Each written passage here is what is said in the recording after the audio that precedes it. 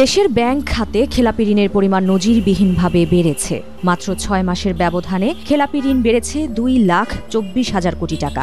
ফলে চলতি বছরের সেপ্টেম্বর প্রান্তিক শেষে ব্যাংক খাতে মোট খেলাপি ঋণের পরিমাণ দাঁড়িয়েছে ৬,৪৪,০০০ কোটি টাকা, যা মোট ঋণের ৩৫.৭৩%। বর্তমানে ব্যাংক খাতে মোট ঋণের পরিমাণ ১৮ লাখ কোটি টাকা। ২৬ নভেম্বর বাংলাদেশ ব্যাংকের প্রকাশিত হালনাগাদ প্রতিবেদনে এসব তথ্য উঠে এসেছে।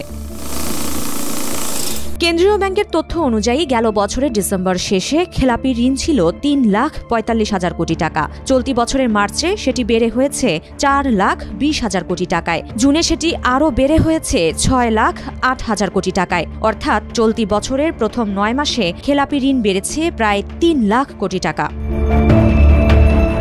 বিগত সরকারের আমলে ব্যাপক ঋণ অনিয়ম ও দুর্নীতির চিত্র অভ্যুত্থান পরবর্তী সময়ে উন্মোচিত হওয়ায় খেলাপি ঋণের এই ভয়াবহ চিত্র সামনে এসেছে বলে মনে করা হচ্ছে।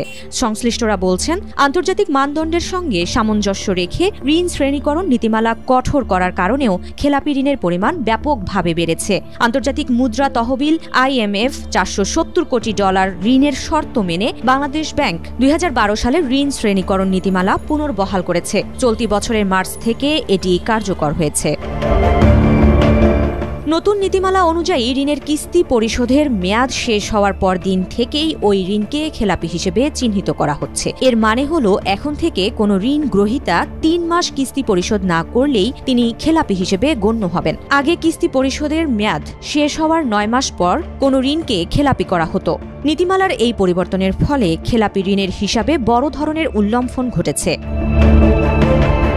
এদিকে খেলাপি ঋণ বাড়ার সঙ্গে সঙ্গে নিরাপত্তা সঞ্চিত বা প্রভিশন ঘাটতিও পাল্লা দিয়ে বেড়েছে। বাংলাদেশ ব্যাংকের তথ্য বলছে, সেপ্টেম্বর শেষে ব্যাংক খাতে প্রভিশন ঘাটতি দাঁড়িয়েছে ৩,৪৪,০০০ কোটি টাকায়।